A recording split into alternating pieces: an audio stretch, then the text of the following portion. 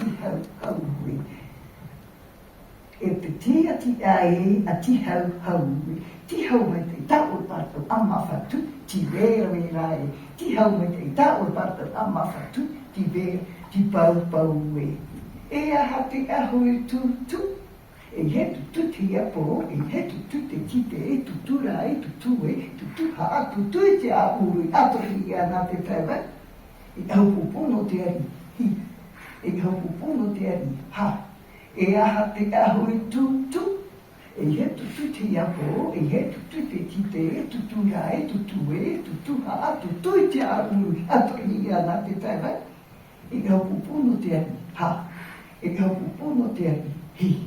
Waru tua pahu e tua patra o tai to e to e ara i tutu arai e tutu ai te tiha hau ne ia we hi te tiha hau ne ia we ha waru tua pahu e tua patra o tai to e to e ara i tutu arai e tutu ai tamure ne ia we hi tamure ne ia we ha.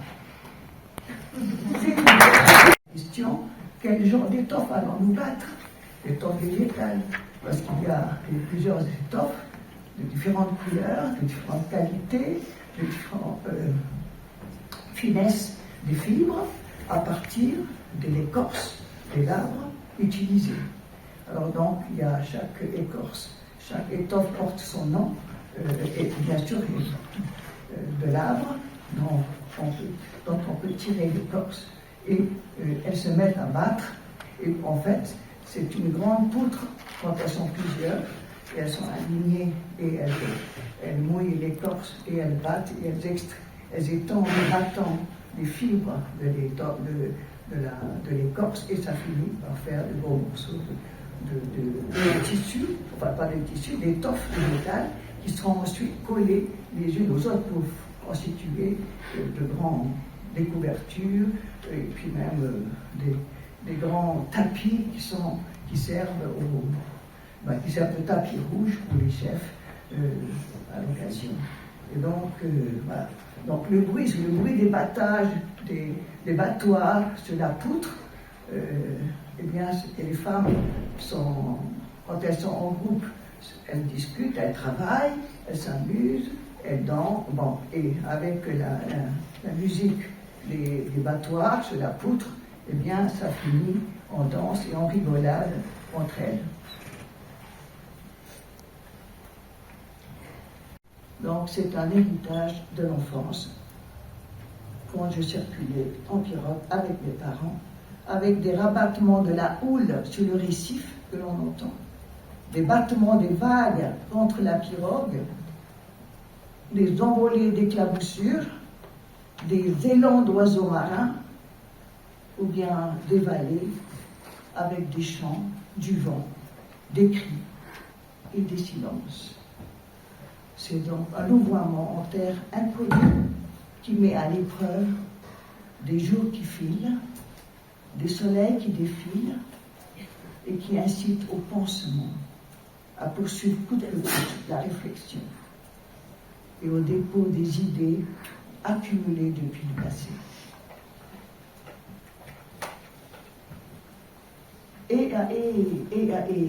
Te mo pimato, te mo tauri e matua tua, wa tūt e alo te pāea, wa tū e. Te anava harau te matutapu te o te hi, e heru te a e tupu, e tomo i te veti, e tomo i te maa e hotu, arohira, te mo pimato matua tuara, e whiri te taura, ti whai te taura, wheti i te taura, ia. E nino te taura, tā viri te taura, tā au te taura, tui, tapi te taura tui te, e aho te taura tā. Au e wheta, warere te pi mato, a ura, te tau te tupu au te rei, tupu tā. O taurere te puna wai i te, taurere te wai marama, tāpiri te whenua maara. E i hei mata, tēnā te pua, tēnā te maa, tēnā te ina i tūtarira, tūtai, whātua i tō mānawa. E te mōtamari whātaratara mōua, o tō te tara o mai taro, paripari te whenua. E hei mata, Tenat pour Athénat, ma Athénat, Atomura, tout le monde est là. Grimpez, grimpez, faites l'ascension. Oh les grimpeurs, jeunes gens forts et vigoureux, le chemin est là devant vous tous, vers le fort de la vie sauve. Allez, grimpez, grimpez, faites l'ascension. Jusqu'à Tianamhara, la grotte aux multiples enseignements. Jusqu'à la falaise arc-en-ciel sacrée de la sagesse. Creusez, extirpez les racines qui germent. Partez à la récolte des fruits qui fécondent. À l'ouvrage, soyez courageux. Ô les primatos forts et courageux, tressez vos cordes, raccommodez vos cordes, attachez vos cordes. Il faut de la corde au souffle. Fabriquez vos cordes, filez, roulez les bras de vos cordes, ressentez vos fibres, tournez, tordez les cordes, attachez vos cordes et cramponnez-vous à vos cordes du diplôme. Enfilez-en. Le souffle est la corde pour s'y lancer, se balancer et avancer. Salle matricielle entre à l'intérieur des terres pour former des langues de terre, lesquelles langues de terre, au reflux, retournent s'avançant vers la mer et rivalisant avec la langue d'eau de la haute mer. Ce ne sont pas des langues de bois ni de pierre qui roulent. Ce sont des langues d'eau, de mer, d'air, de ciel et de corail qui poussent, qui progressent à l'infini avec le temps. La poésie, la littérature, c'est la baie des langues, la baie des avancées de la mer dans la terre et de la terre sur la mer dans le rivage de la terre. La littérature rogne, grignote la terre. C'est ainsi que l'on entend l'homme de la terre s'exprimer, ronchonner et même râler. Quelle la grande langue, ou de langue au pluriel, traverser pour atteindre, faire avancer l'écriture? Dans quelle direction aller dans l'expression de sa pensée?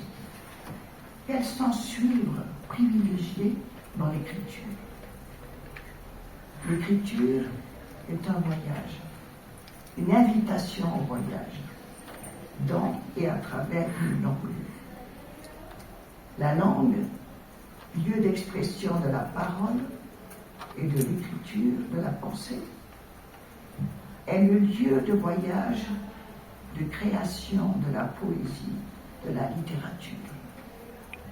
La langue, espace fluide, mouvant, dans lequel et grâce auquel se crée, se meut, se déploie, voyage, l'écriture, est le lieu où l'on forge, où l'on cisèle la parole et l'écriture. La langue, comme le lagon, la mer, l'océan, se poursuit au-delà de la pirogue, qui transporte et font avancer l'écriture ou la parole. Tout comme la parole peut devenir bouche-rivière, l'écriture, la littérature, la poésie, quand elles se font par l'eau, sur l'eau, dans l'eau, sont dites flots de paroles, sources de mots coulant comme l'eau.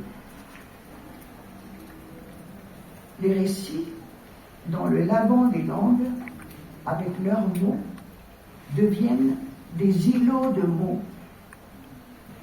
L'écriture, la littérature, la poésie se créent, s'écrivent, s'étendent, se déplacent avec la langue, avec les langues, dans la langue, sur la langue et par la langue, sous la langue, par-dessus la langue, à travers la langue. Écrire, ce n'est pas quitter le rivage, ou ce n'est pas uniquement quitter le rivage. Certes, écrire, c'est aller vers la mer, c'est aller à la mer, c'est rechercher la mer, c'est rechercher le lien perdu, coupé par la mer, avec la mer. C'est donc manifester un monde. Par quelle mer, par de quelle langue arriver à l'écriture, à la littérature, à la poésie. La langue est l'élément haut de mer qui mène à l'écriture, qui permet d'avoir accès à l'écriture. Et alors, il faut partir sur l'eau, prendre la mer, la haute mer. Il faut partir en voyage sur l'eau, dans sa langue, sur ses langues. Et par elle, par la langue, par ces langues, naviguer pour découvrir l'écriture, la littérature, la poésie. Les langues ne sont que des bras d'eau, de mer, reliés les uns aux autres par des passes, par des chenaux, par des courants. Et les écrits en sont les balises sur l'eau, les guyos sous l'eau, les pâtés de corail hors de l'eau, qui sont des lieux d'arrêt, des temps d'ancrage momentanés, des langues et des pensées, dans les langues et dans les océans de langue. Les écrits, ce sont des points de suspension à l'horizon, des mots criés vers l'horizon. Terreau, terreau, terre, terre, trayo, trayo, là-bas, là-bas. Dans quel espace d'eau de mer ou de rivière doivent s'exprimer l'écriture, la littérature, la poésie? Dans quelle langue et par quelle langue de communication entrer pour crier, s'écrire, écrire? Quel moyen de communication emprunter pour voyager dans et vers l'écriture, la littérature, la poésie, pour arriver par l'écrit à l'écriture, dans l'écriture? Par le moyen de quelle langue, par-dedans quelle langue écrire? Car on ne peut écrire que par-dedans une langue, par la langue qui sert à la traversée de l'écriture, de la littérature.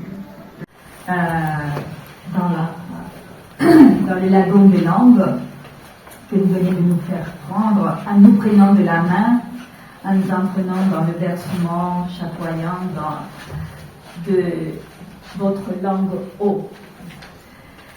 Voilà, je pense que vous nous avez fait vivre la métaphore.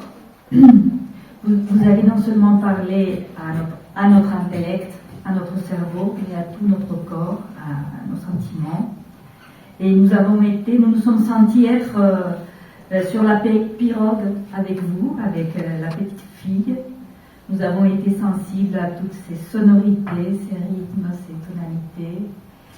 Et puis, merci énormément de nous avoir fait monter sur cette pirogue littérature, pirogue femme, pirogue société. Voilà, je n'ai plus de mots à vous dire parce que vous avez touché, je pense, le cœur de tout le monde qui est là. Et voilà, je laisse les étudiants et les gens qui veulent peut-être poser des questions ou faire des réflexions. Un petit mot. Alors qu'en Polynésie, les auteurs, qu'ils soient hommes et surtout femmes, dans leurs écrits, finalement font apparaître, font remonter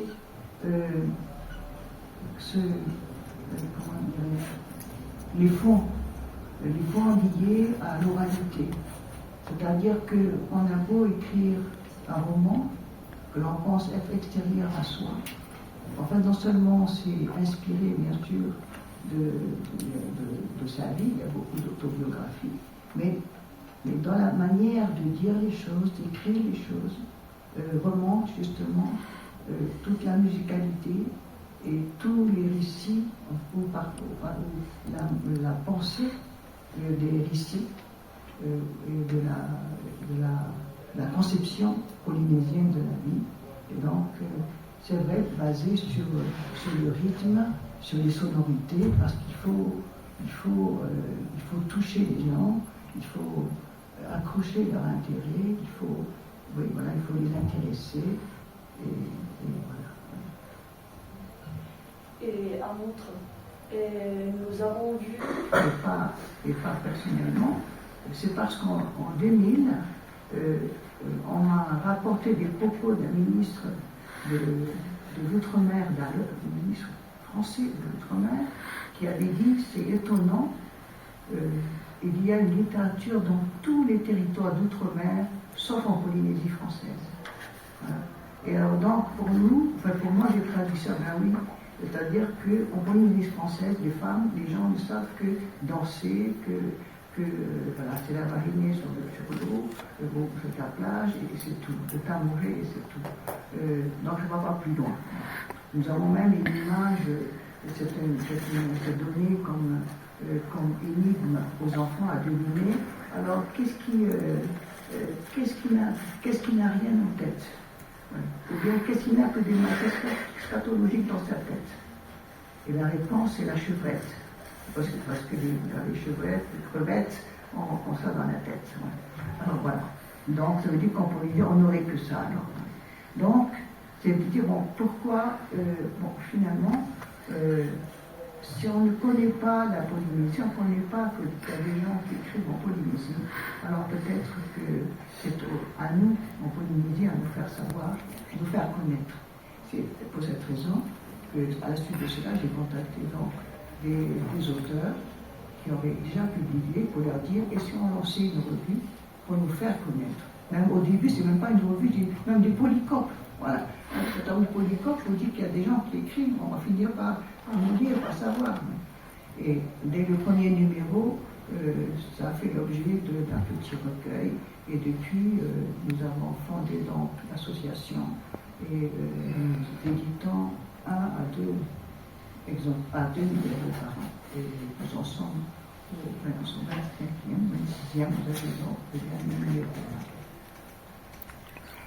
Oui. En fait, avant de reprendre la question de Christine, je vous remercie également. Je me joins à ces remerciements. On a vu 5 de vos poèmes en cours.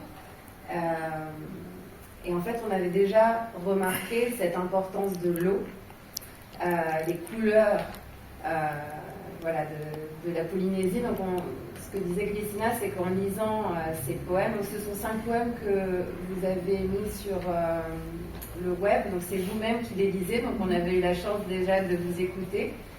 Et donc on avait remarqué cette présence de l'eau, des images de la Polynésie, donc on avait vraiment eu l'impression de voyager. On avait remarqué votre capacité à évoquer en nous, disons, ce voyage. Et donc sa question c'était, est-ce que c'est vraiment votre but dans votre poésie de faire voyager les lecteurs en Polynésie, ou est-ce que c'est vraiment vos paysages d'enfance qui sont votre source d'inspiration finalement? En fait, c'est une invitation, voilà. C'est pour vous inviter à monter dans notre pirogue, à mieux nous connaître, à échanger avec nous. Et c'est vrai qu'en le faisant, je ne peux écrire qu'à partir de là où je suis, d'où je viens.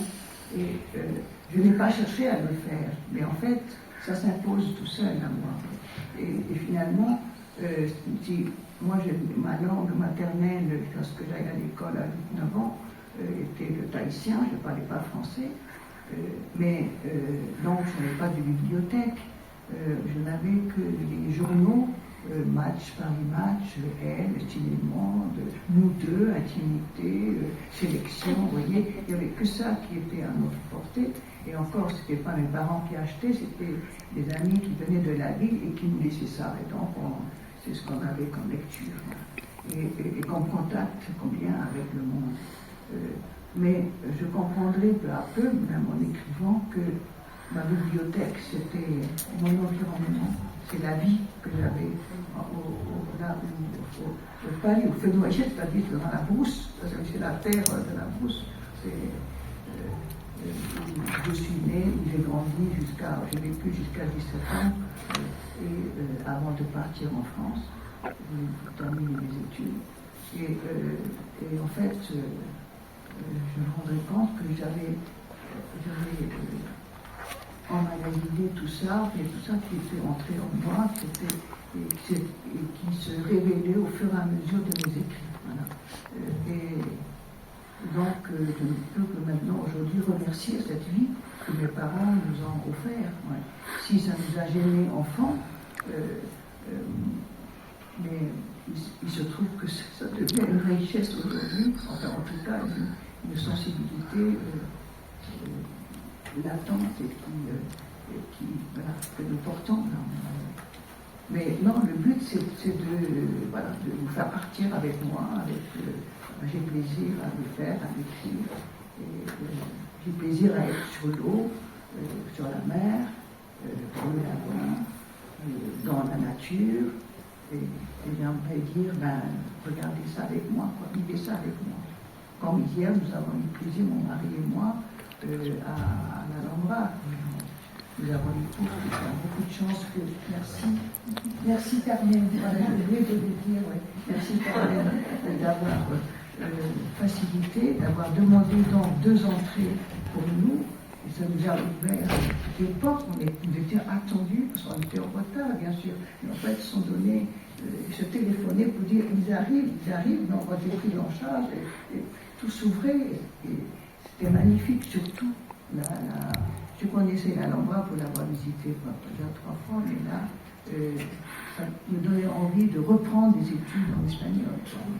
Et même en traversant, quand on arrive, on est passé par Saint-Sébastien et tout ça, par traverser Sofia et puis Salamanca et tout. Tout ça, ce sont des noms qui parlent en termes de poésie, avec Antonio Machado, avec des philosophes comme Unamuno, et puis ici, jusqu'à Federico García Lorca. Donc, vraiment, je dis à mon mari, j'aurais plaisir, vraiment, j'ai envie de reprendre des études en espagnol. Et il me dit, quand tu me fais pas, j'ai dit, non, je ne peux plus retenir maintenant. La mémoire qui flanche. Et c'est la manière de fixer cette oralité que vous avez hérité de votre maman, de cette oralité pure, ce concept oral que vous avez. Si c'est une manière de fixer cette oralité, ou bien pour la conserver, pour contribuer à la La question est importante, parce qu'en fait, lorsque je reviendrai de mes études après 7 ans d'absence, la première chose que je ferai, c'est de m'acheter un appareil, un enregistreur pour aller enregistrer ce que j'appelais moi les derniers orateurs traditionnels. Ouais. Et en fait, pour apprendre auprès d'eux, c'est retourner à l'école des anciens, apprendre auprès d'eux les anciens récits, la poésie, la langue, puisque tout cela, la langue tahitienne n'était pas reconnue, c'était encore interdit d'en parler, et l'enseignement du tahitien sera rendu obligatoire en 1986, donc il n'y a pas tellement longtemps. L'Académie tahitienne, en se mettant en place dès 1972, la création, 1974, la mise en place des membres et le travail, une des priorités, ce sera justement de travailler à l'enseignement du tahitien et à faire des livres, d'ouvrages d'enseignement du tahitien et d'enseigner même. Les académiciens, puisqu'on dit, c'est vrai, il n'y avait pas d'enseignants en tahitien. Lorsque le principe a été plus ou moins accepté par les autorités, alors nous avons demandé, il a été demandé à tous les professeurs des lycées, collèges, d'origine tahitienne, de quelque matière que ce soit, d'accepter de faire 1 heure de tahitien dans l'établissement. C'était faire avec ce qu'on avait. Sinon, eh bien, on essayait de voir dans la société, selon les lieux, des villages, pas des districts, des communes, des anciens qui peuvent enseigner. On pouvait trouver dans les églises parce que la langue était la langue pratiquée dans les églises, quoi, dans les sermons. Alors, donc, c'est votre question qui est importante. Nous allons oublier déjà une partie de la question. C'est pour fixer cette oralité. Oui, là, pour fixer pour cette contribuer oralité. à Voilà. la Lorsque je vais rencontrer des orateurs, des anciens orateurs d'Allah ou des gens qui connaissent des récits anciens, j'apprendrai auprès de l'humilité et en même temps une petite sagesse parce que vous savez, quand aller à l'encontre des anciens, il faut beaucoup parler, il faut arriver, il faut échanger, on ne les connaît pas, ça prend du temps. Je peux passer 2, 3, 4 heures pour n'avoir qu'une demi-heure pour moi d'éléments qui viennent me nourrir moi, de mes attentes. Jusqu'au moment où j'ai compris que maintenant, il ne s'agit pas de se présenter chez quelqu'un et d'avoir la table que l'on ne connaît pas, et d'avoir une table mise avec tout ce avec le meilleur du repas à prendre. Ça passe par s'asseoir à côté. Et c'est une école de patience, de grande patience à avoir, et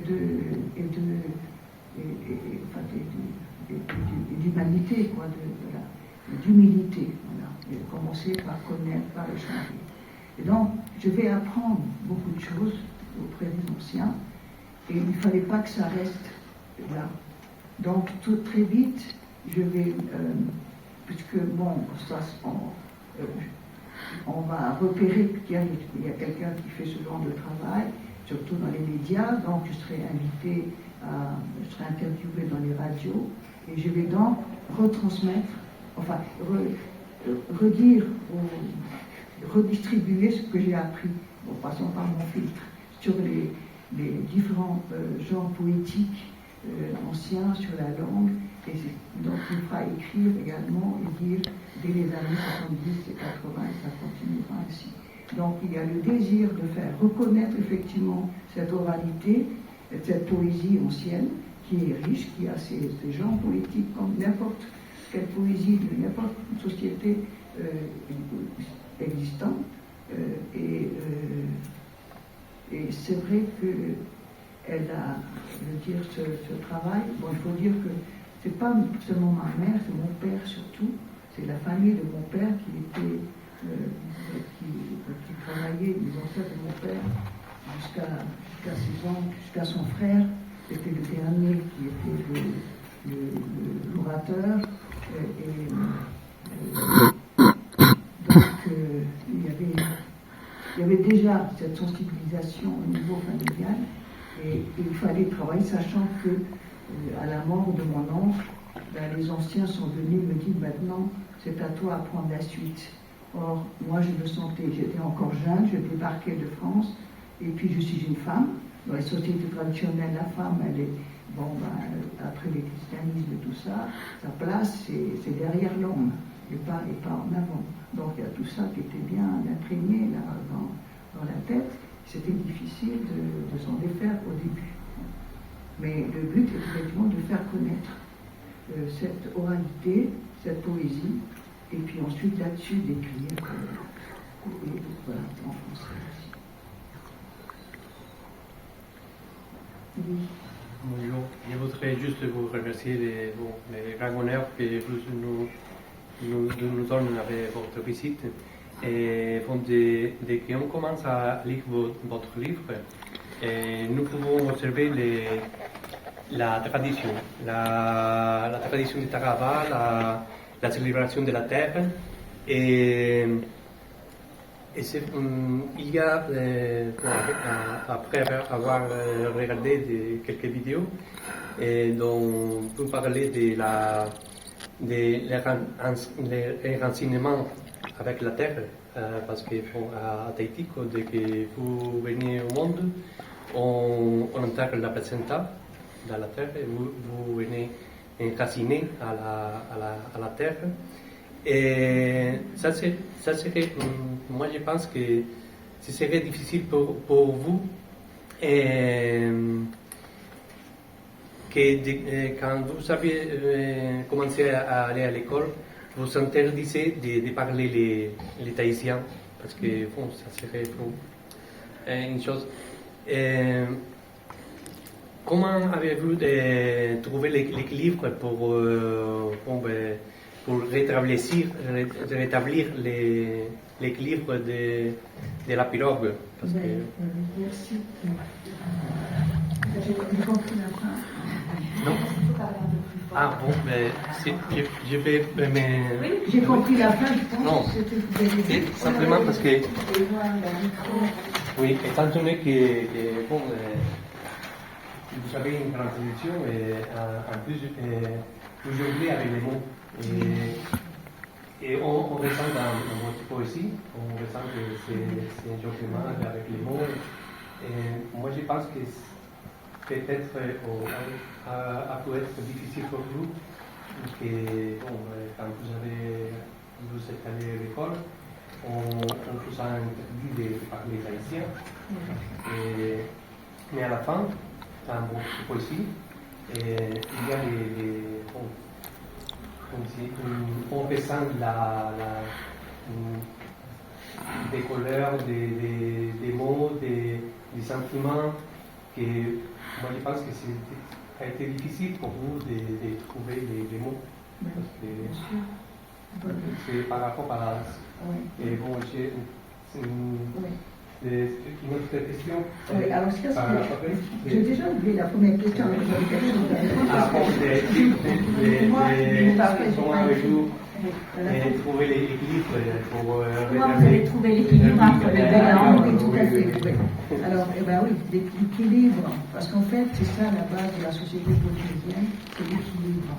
C'est toujours chercher l'équilibre pour que la société, on est dans une ville, c'est petit, tout le monde se connaît, et il ne s'agit pas de se mettre en guerre, même s'il y a eu des guerres, les uns et les autres. Donc, il faut, ce qui est préconisé, c'est de chercher l'équilibre constamment. Donc,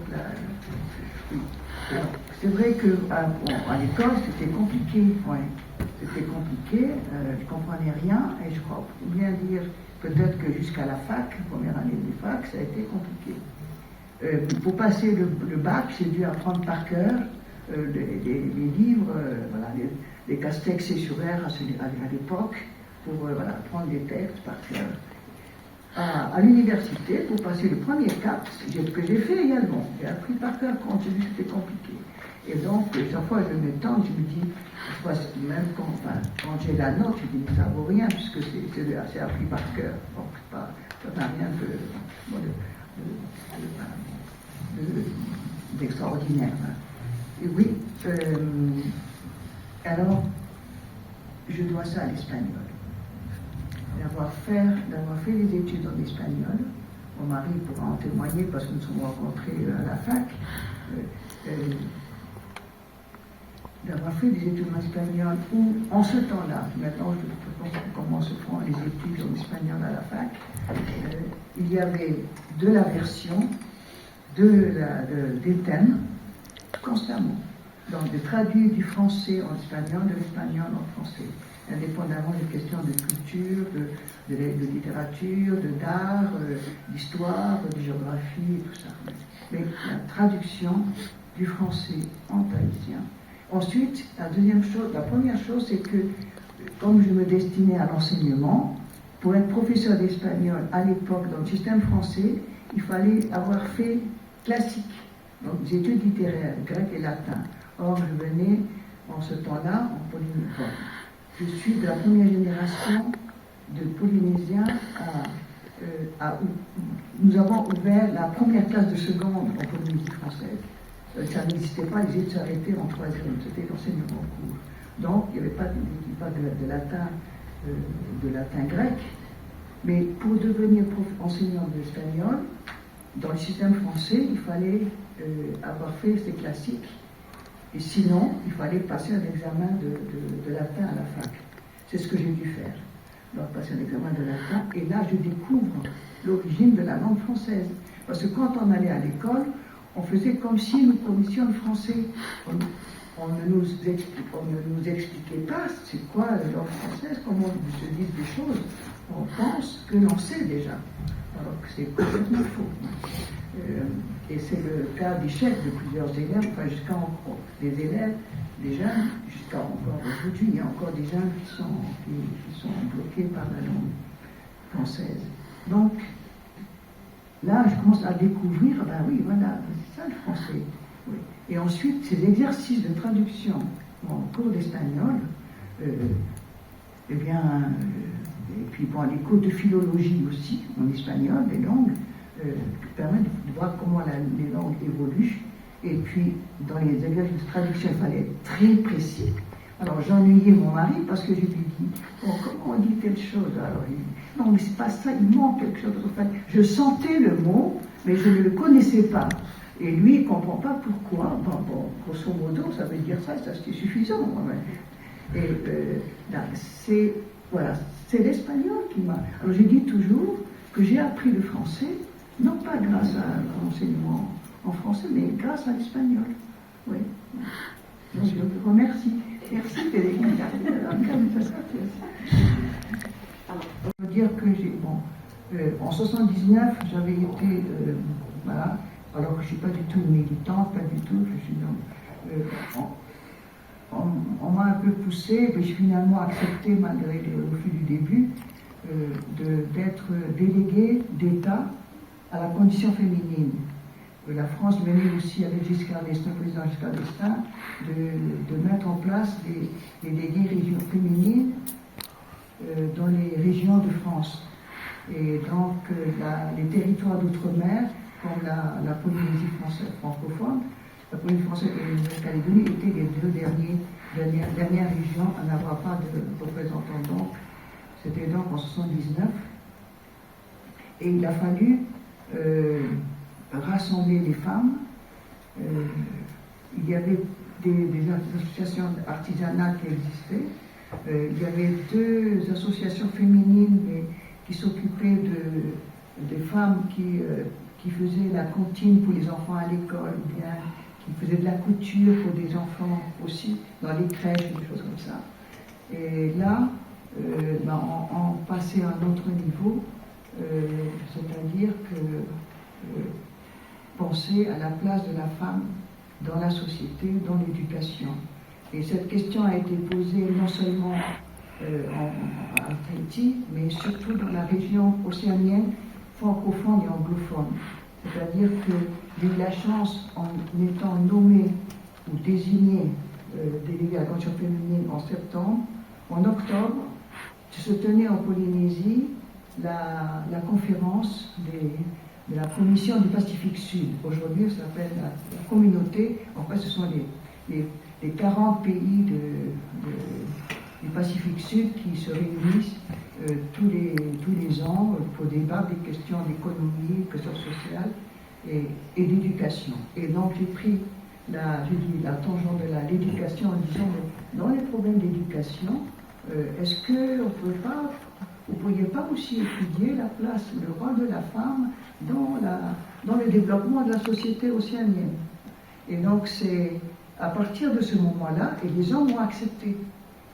Et donc, ça a été inscrit, et dans les années qui ont suivi, bon, il a fallu bien sûr que j'écrive des rapports, mais j'ai fait appel aux femmes existantes, même aux églises, si vous avez des comités de femmes, eh bien qu'elles viennent dans les communes pour faire un rapport pour des femmes sur la femme et la santé, la femme et l'emploi, la femme et l'éducation, la femme... Et j'avais donné la femme et la culture, puisque moi, c'était ça plutôt ce domaine. Et donc, lors de la conférence suivante, il fallait présenter des rapports, chacun devait présenter des rapports. Il n'y avait que 2 ou 3 pays, dans la Polynésie, qui avaient présenté un rapport et les autres non. Donc, devant cet état, j'avais proposé, avec l'accord, après avoir consulté bien sûr le ministre de chez moi, est-ce que la Polynésie peut accueillir un séminaire des femmes? Parce que là, avec les hommes, les femmes ne vont pas pouvoir s'exprimer. Et il a dit oui, d'accord, il n'y a pas de problème, on va le faire. Et donc ça a été le premier séminaire des femmes de l'année d'après en Polynésie. Et ça a été la prise de conscience des femmes anglophones du Pacifique, c'est-à-dire les Samoa, les Tongiens, les Fidjiens, etc., de prendre conscience que faire la cuisine, faire du tressage, s'occuper des enfants, soigner des enfants, c'est parler aux enfants, chanter aux enfants, c'est de la culture, c'est un rôle important de transmission. Ouais. Certains en ont pleuré même de se sentir finalement, enfin, de se sentir valorisés, quoi. Et ça a été le travail qu'ont mené les femmes anglophones dans les communautés, plus que dans nos sociétés francophones de Calédonie et de la Polynésie. Ça c'est venu un peu plus tard, oui. Parce qu'en fait, ça c'est encore une question de conception, la conception française de la colonisation et la conception anglaise de la colonisation et des hommes et femmes qui vont en sortir de cette conception de la colonisation. Donc, qu'est-ce qui se passe aujourd'hui, pour dire comme ça simplement, les femmes océaniennes, pour la plupart anglophones, même toutes, enfin anglophones, sont beaucoup plus à l'aise pour dire simplement les choses, alors que dans les sociétés francophones, aujourd'hui, c'est un peu compliqué parce que dans la pensée française, c'est très, c'est très rigoureux, pour ne pas dire rigide parfois. Il y a des limites, enfin, une façon de dire qu'il faut entrer dans un cadre de pensée et tout. Donc, ça prend toujours un peu de retard par rapport au monde anglophone. Donc, mais ça n'empêche que les femmes, elles gèrent le quotidien, elles gèrent les enfants, elles pensent, elles se font du souci pour le futur des enfants, pour ce que deviendra demain, s'il y a du travail, s'il y a, etc. Et elles sont là, même derrière les hommes politiques, ceux qui sont pour de temps en temps leur faire comprendre peut-être que là, il faut redresser la barre avant elles-mêmes de se mettre, d'apparaître en public. Et ça, c'est après ce travail que nous avons fait. Donc, je dis, quand c'est elle qui le faisait, le travail, moi, je ne suis pas, c'est pas du tout, enfin, je n'ai pas du tout, je ne trouvais pas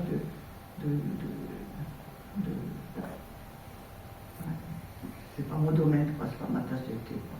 Mais par contre, alors aujourd'hui, il y a des femmes qui sont bon, il y a pas qu'il y a en plus la question de la parité maintenant en France entre hommes et femmes, donc elles sont en place, mais au début il a fallu que même que j'incite à rencontrer les partis politiques, ne serait-ce que pour entendre ce que chaque parti propose, ou bien même les inciter à entrer dans la vie communale, c'est-à-dire à s'inscrire en tant que sur la liste. Aujourd'hui, il n'y a même plus. Non, elles sont devant, elles travaillent. Elles sont députées, sénatrices maintenant. Bon, je veux dire, depuis 80, en 40 ans. Dans le genre qui importe beaucoup pour le Polynésien, c'est le genre, c'est le poème de célébration de la terre. Parce qu'en fait, il permet de se souvenir des noms des terres, des noms des personnes qui ont vécu, des noms des gens qui sont fait remarquer dans leur vie, les noms des poissons, les noms de la végétation et tout ça. Donc c'est la mémoire, c'est l'histoire, en même temps, dans ces chants de louange de la terre. Et ça, j'ai écrit donc pour le district de mon père, ces chants-là. Enfin, ce sont des textes poétiques qui sont chantés sur un air traditionnel, et de 1976 à 2010. Voilà. Et Mais par contre, quand je vais écrire en français, là, je me libère, et peut-être même entre nous, moi, je tords un peu la langue française, quoi, voilà. Par exemple, je vais mettre à créer des mots du genre Harry-Imon. Harry, c'est un chef, un grand chef. Mais c'est traduit actuellement par les Français, par d'autres, par royal, le roi, le Harry, royalement. Mais ce n'est pas de notre conception. Pour nous, c'était des chefs, mais ce n'était pas des rois. Enfin, les Anglais ont institué les rois pour Marie 1, 2, 3, 4, 5, voilà. Et quand je vais parler de quelque chose que je fais ou que je marche royalement, ça n'a pas de sens pour moi de dire que je marche royalement. Parce que ça veut dire, parce que quand je dis royalement, c'est toute l'image, enfin, c'est l'image, l'image de la royauté française ou occidentale qui apparaît, ça n'a pas de sens. Alors donc, j'écris avec le mot Harry, que je marche harryment. Et quand je dis que je marche harryment, je me sens vraiment important. Ouais. Et que ça prend tout son sens. Ouais. Ou bien la façon des anciens, donc des Tupuna, des ancêtres, si je dis qu'il faut le faire ancestralement, c'est léger ça, ancestralement, les ancêtres. Ouais. Mais si je dis Tupunament, ça a un sens parce que c'est en lien avec Finalement, vous avez colonisé le français. Peut-être dire, oui, parce que justement, en 1960, en 2017, lorsque à l'Académie française, on nous a nous remettre le prix, donc le prix de la poésie, quand même timidement, au moment du cocktail, je m'approche quand même de quelques académiciens, professeurs d'espagnol d'ailleurs, et je dis, mais je suis un peu surprise de ce prix. Bon, elle ne m'a pas répondu, elle m'a simplement dit, mais vous savez, à l'académie, nous sommes ouverts. Hein. Bon, c'était pas vraiment là, parce qu'en fait, je me dis, comment ils ont pu donner un prix de l'Académie française à des écrits qui tordent la langue française. Ou même, bon, peut-être ils ont ignoré certains des écrits, justement, où j'ai créé des mots qui vont à l'encontre du français. Je ne sais pas si quelqu'un peut encore poser une question. En tout cas, je voudrais surtout, évidemment, vous remercier que nous avez fait passer un moment vraiment vous nous avez envahi, vous avez fait entrer dans la Polynésie. Et c'est vraiment, je pense que pour nos étudiants, ça a été très important. C'est dommage que certains aient dû partir. Mais je tenais à dire un mot à nos étudiants. C'est à quel point la littérature, finalement, c'est la vie. Et on le voit ici. Et donc, il faut lire. Parce que si on ne lit pas, on ne peut pas vivre. Sans littérature, on ne peut pas vivre. Et donc, on voit ici, c'est la personnification de Flora. Donc, vient justement nous montrer combien la littérature est importante dans nos vies. Les mathématiques, les sciences, les recherches sont très importantes. Évidemment, ça nous fait avancer. Mais si on n'avance pas dans la lecture et dans la littérature, eh bien, on ne vit pas. On ne peut pas trouver des langues qui se rencontrent. Parce que ce qui est merveilleux aussi, je pense que pour nos étudiants de français, c'est de les encourager à continuer à faire du français, étudier le français, parce que grâce au français, on entre dans des mondes tellement divers, dans d'autres langues aussi. Et aujourd'hui, une langue qui était la langue de la colonisation devient une langue colonisée qui nous permet de traiter d'autres cultures. Et c'est tellement important pour vivre aujourd'hui. Et grâce à l'espagnol, et donc tout à l'heure, vous dites, les Espagnols, enfin, tous les bateaux venant de France, enfin d'Europe, passent par Tautira, c'est-à-dire là où je suis née. C'est une grande, parce qu'il y a les falaises, il n'y a plus de récifs coralliennes qui protègent la terre, c'est ouvert sur le large. Donc, tous les bateaux entrent par là. Ouais. Donc, passent devant là où j'habitais, où je suis née. Et les Espagnols sont restés, comme m'a dit rappelé mon mari, la mission catholique espagnol, est resté 11 mois. Et donc, l'interprète, Máximo Rodríguez, a écrit, a raconté la vie pendant leur séjour. Donc, il y a plein de liens, de relations entre ce qui s'est passé. C'est la rencontre de l'histoire, l'écriture est passée par là, et sans que je le sache.